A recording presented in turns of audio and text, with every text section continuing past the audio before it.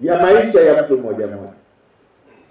Lakini si hiyo tu, tuna ilani ya uchaguzi ambayo imebeba mambo mengi sana ya maisha ya mtu mmoja mmoja.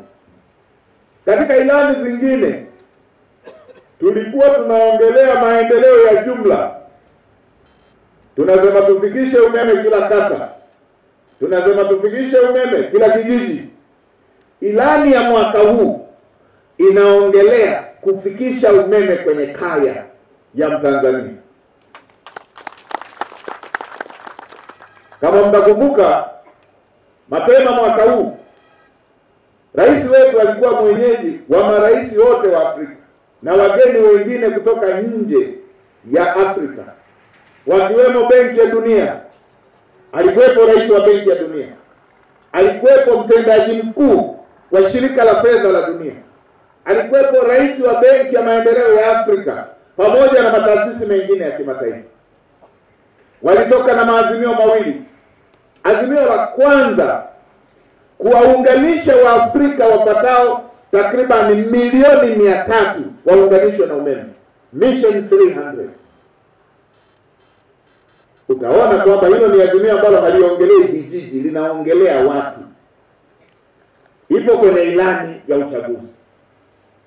Lakini si hiyo tu, waliweka azimio la kuhama kutoka kupikia kuni na mkaa kwenda kwenye kupikia nishati safi. Na champion, kiongozi wa agenda hiyo ni rais wa Tanzania, Daktari Samia Suluhu Hassan.